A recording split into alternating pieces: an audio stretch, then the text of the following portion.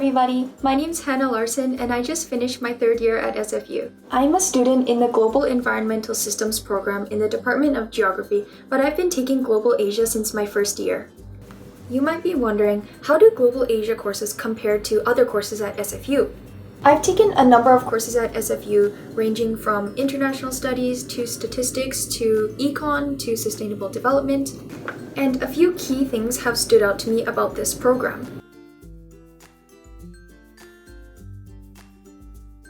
When I first started at SFU, I was an international studies major in the Faculty of Arts and Social Sciences. At the time, Global Asia was really good to take with my international studies courses as I was able to learn things I used in that course in international studies and vice versa. So how does my major geography fit in with Global Asia? In the Global Environmental Systems major, we have to learn things that are related to human geography, physical geography, and quantitative geography. So Global Asia has sort of given me a deeper insight into that human side. In my GA courses, we spent time learning about how Asian societies have dealt with natural disasters. Some of these include floods, earthquakes, typhoons. Global Asia has given me the opportunity to study these events from a historical perspective. So I have Global Asia giving me the social science perspective of natural disasters in Asian history, and simultaneously I have the scientific perspective from geography.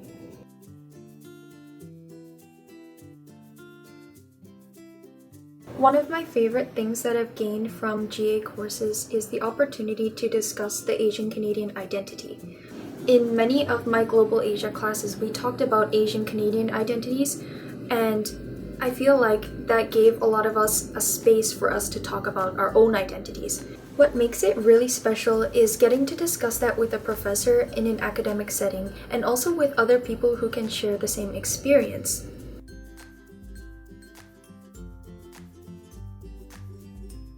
I found it really fun and engaging to interact with people who shared the same experience as me as an Asian Canadian, and also with people who are international students from China, Japan, Korea, Vietnam.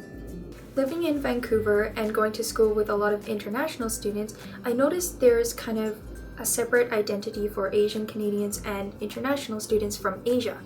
Taking Global Asia has helped explain that difference to me and why those two identities have formed, even though many of us have come from the same country. What's even more interesting is actually being able to connect with international students and figure out when we stopped sharing that common experience and started to develop our own separate identity. For example, learning about Chinese diaspora has helped me understand why Chinese nationals and Chinese Canadians have separate identities and view them as such.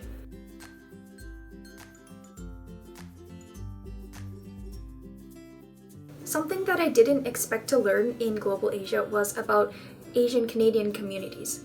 In the case of Asian studies and in the context of Vancouver, I feel like this is something that's really important. For people who are not from Vancouver or are not of Asian Canadian descent, this can be really valuable.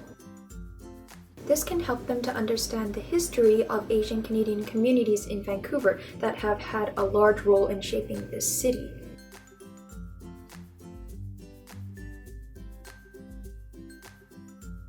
One big reason that Global Asia appealed to me was because it really contrasted what I had learned in high school. It never really occurred to me until university, but I had spent most of my education learning about ideas and themes that were Western-centric. When I got to SFU and I had the opportunity to choose something that wasn't Western-centric, that really caught my eye. It's really different from other courses at SFU. Global Asia takes us away from that Eurocentric focus.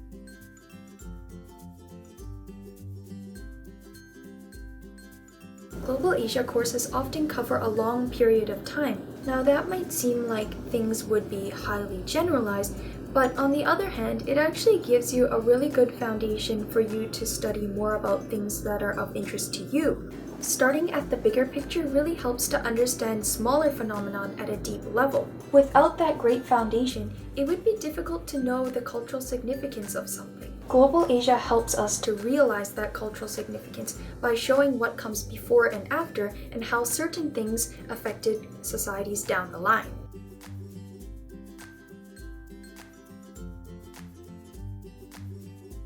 In my opinion, Global Asia can also help you to broaden your horizons and give you a more comprehensive world view.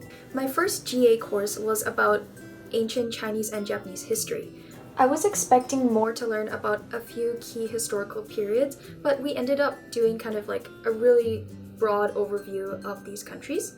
Now that might sound really general, but I found that it was the foundation that I needed in order to study those key historical periods. In addition, that really broad overview gave me a foundation for my other courses in international studies.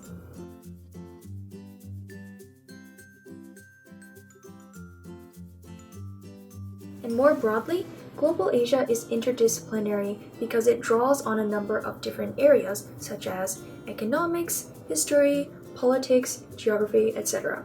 Because Global Asia is not centered on one discipline such as history, the courses are likely to change depending on what is relevant at the time. This means that professors can use history to illustrate the relevance of current events.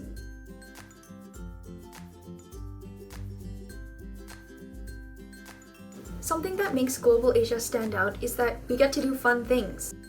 A few semesters ago, I got to do a paper on Crazy Rich Asians instead of doing your typical research essay. Often in these classes, there will be assignments where you get the freedom to choose things according to your own interests. An assignment may have specific guidelines, but the professors have always been really accommodating of topics. I realized that professors really encourage students to research things that are interesting to them. This is reflected in the fact that students research things that are related to their own ethnic backgrounds.